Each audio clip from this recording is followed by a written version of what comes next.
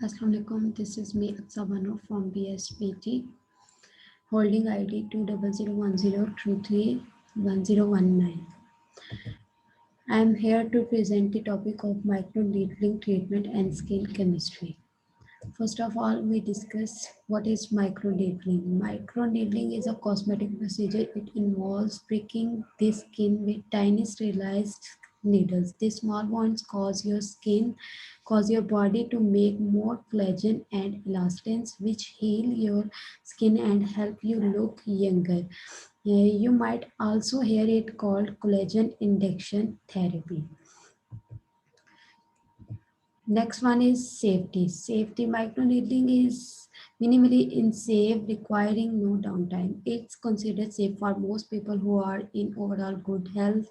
The procedure isn't safe for people who use certain acne medications. You'll experience minor redness and irritation for a few days after the procedure. Preparing for microneedling, you may need to stop taking certain medications such as ibuprofen and those for acne treatment well in advance of the procedure. Your doctor may also recommend that you stop using topical retinoids beforehand to doing so may reduce the risk of certain side effects. Next one is the procedure for microneedling. During the procedure, your doctor makes some small pricks under the skin with a pen-like tool. The pinpricks are so small that you likely won't notice them after the procedure. Your doctor will move the tool evenly across your skin so that the new skin that rejuvenates will be even too. Before getting started, your doctor will use a topical anesthetic to reduce the chances of pain. This is done about an hour before your treatment. Your doctor may then apply a serum or calming treatment. In total, you can expect to be at the office for a couple of hours at least. And next one is targeted areas for microneedling. Microneedling is most often used on your Phase 2 target acne scars, acne spots, age spots, also called sunspots, fine lines and wrinkles, large pores, other types of scars, trusted sores, reduced skin elasticity, uneven skin tone. Next one is side effects of microneedling. We have, like all cosmetic procedures, microneedling isn't without risk. The most common side effect is minor skin irritation immediately following the procedure. You may also see redness for a few days. There are some severe side effects of microneedling: bleeding, bruising, infection, and peeling. Next one is we have some benefits of microneedling. Microneedling may help with issues like acne, hair loss, also called alopecia, dark spots or patches on your skin, hyperpigmentations, large spots, reduced skin elasticity, scars, stretch marks, sun damage, fine lines and wrinkles, etc. Next one is skin chemistry.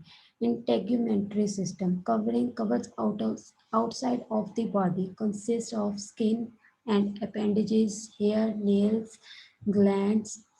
Introduction. Next is introduction. Largest organ skin skin is our largest organ, continues at orifices. 70% of body weight. Surface area is 1.5 to 2 square meters. Thickness 0.5 to 3 millimeter. Consists of epidermis or dermis.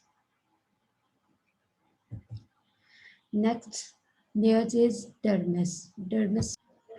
Next one is dermis. Dermis is a deep layer connected to hypodermis. There are two types of layers. There are two types of dermis: a superficial papillary layer, deep reticular layer. Dermis papillary layer. Dermis papillary layer जो है वो the papillary dermis is composed of loose connective tissue that is highly vascular, and dermis reticular layer, this is the main layer, is the deep layer forming a thick layer of dense connective tissue that constitutes the bulk of the dermis.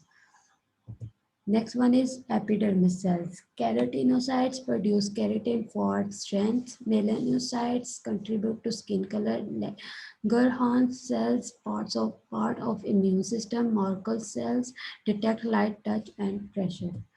Appendages.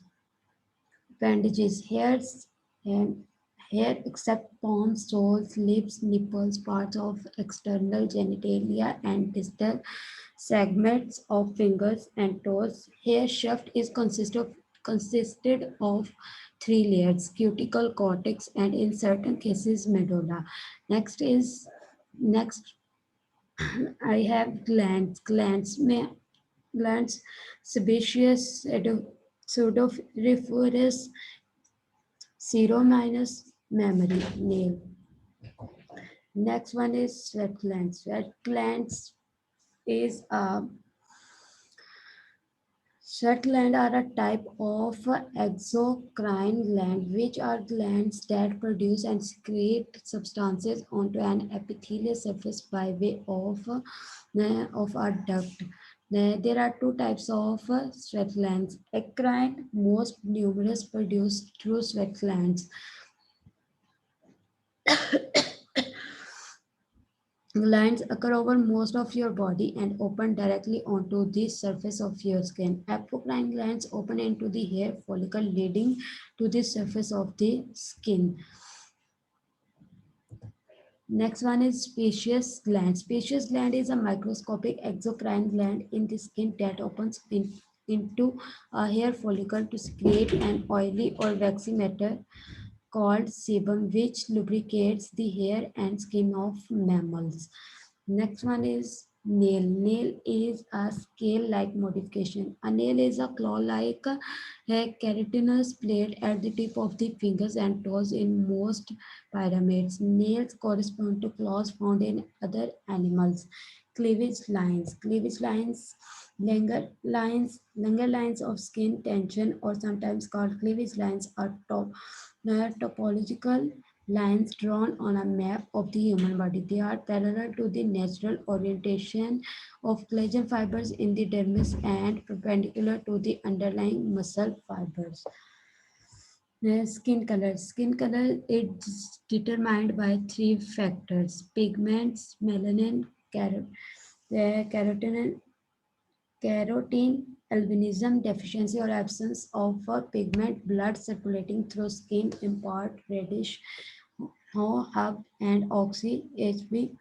Cyanosis, blue color caused by decrease in blood oxygen, thickness of stratum corneum.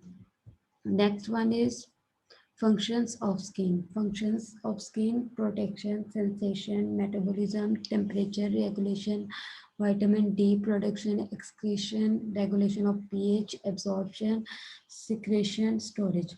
Next one is Dubois formula to calculate surface area of a person.